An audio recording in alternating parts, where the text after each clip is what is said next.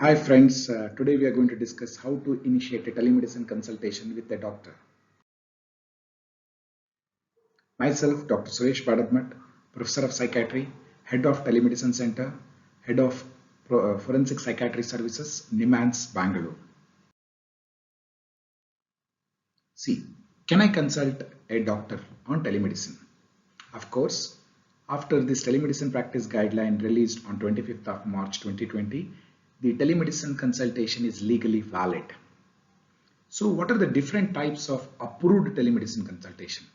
This telemedicine guideline clearly says text, that is SMS, email, phone calls, video calls are all considered as telemedicine consultation.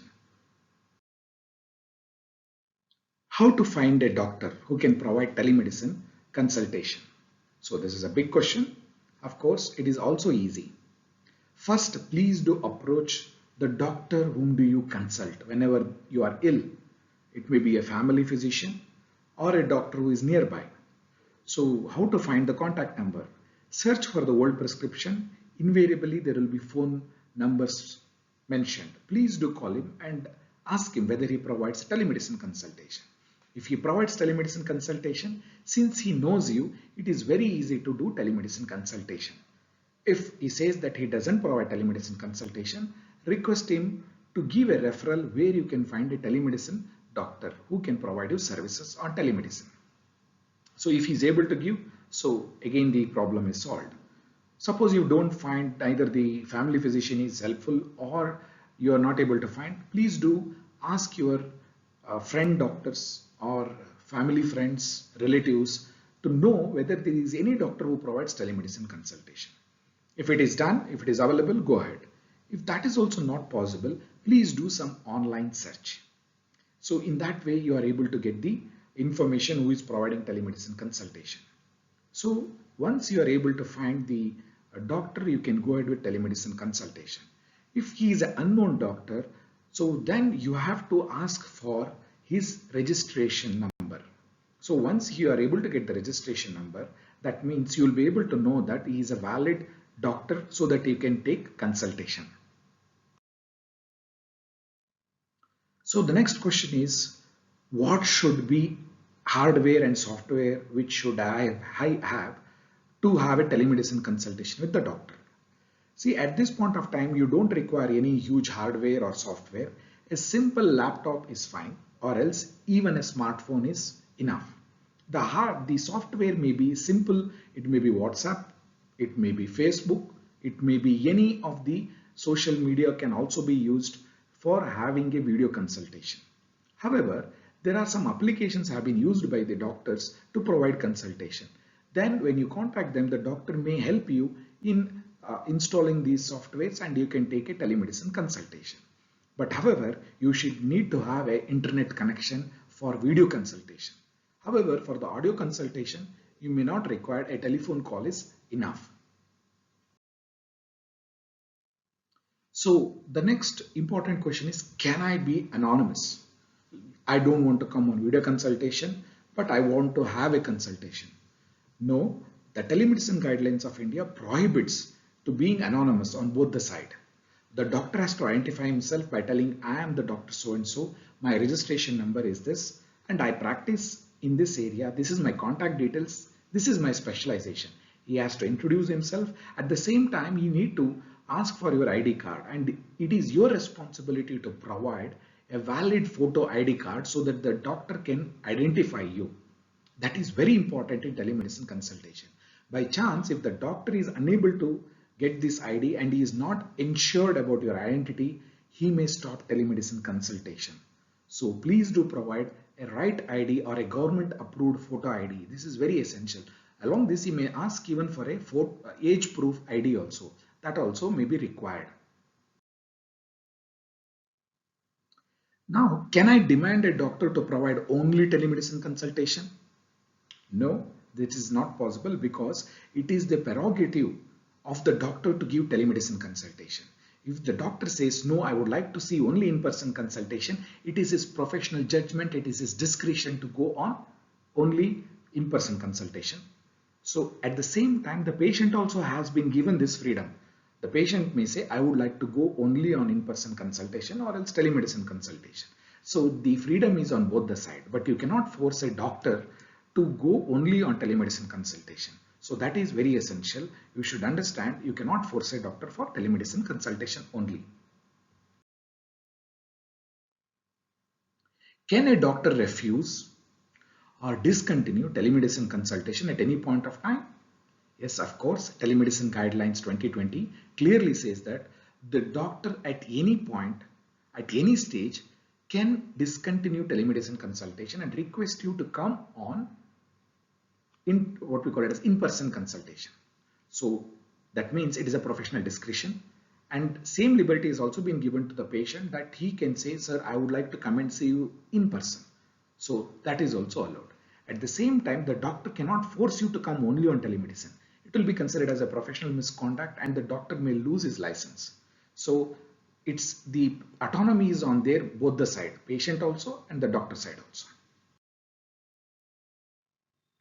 Sir, the next question is, I am disabled, I am very old, I am not able to contact or go and do a physical visit to the doctor. Can my family member or a caregiver or a relative, can I consult a doctor on my behalf? Yes, telemedicine guidelines do provide these services where the caregiver or a family member or a relative can contact the doctor on his behalf. But however, during the telemedicine consultation, the patient and the caregiver or the family member has to be together. No, sir, the patient is not being able to come on telemedicine. In such a scenario, the caregiver can consult alone if the patient is a minor, that is less than 16-year-old. Please understand, here the telemedicine puts a minor as less than 16 years, or else if the patient is severely incapacitated, it may be mental illness or any other dementia kind of picture, then the family member can directly consult without patient being there. Of course, in another circumstances where the patient has given an authorization letter on his behalf, this person or a caregiver or a family member can consult a doctor, and at the same time the valid ID of both the person is required, and the doctor should be able to understand this, and if he is comfortable in going ahead with giving consultation to the caregiver, it is allowed and it is legally valid. Can I consult a doctor online for emergency care? For this, a very important clause has been put in telemedicine. During emergency care, please do avoid contacting the doctor. Invariably, telemedicine practice is done by appointment basis. On emergency basis, you cannot wait for the doctor, and even if the doctor comes on telemedicine, he may not be able to do anything. You are wasting important time, or you are losing very crucial time. If, for example, if a patient has a chest pain, you are waiting for the doctor to pick up the phone and do a telemedicine consultation, you may lose a lot of time. Instead of that, if there is an emergency care, please do visit nearby hospital or a nearby doctor. At the same time, telemedicine guidelines also says that for a doctor, if there is an emergency care is required, the doctor has been obligation has been casted on the doctor to send the person to in-person consultation. That means he has to refer the patient. You should not engage a patient who is in emergency care for longer duration. You can give only first aid advice, counseling and referral to be done. So invariably you will be wasting time if you are going to do telemedicine consultation for emergency care. There may be a certain situation where there is no doctor is available at all. Can telemedicine be used during that emergency care? Of course, it can be used, but however, the guideline continues to say that whenever there is an emergency, the doctor has been given an obligation that he has to give emergency care with limitation. Like for example, he can give only first aid, counseling and referral. So in that also only life-saving measures can be done.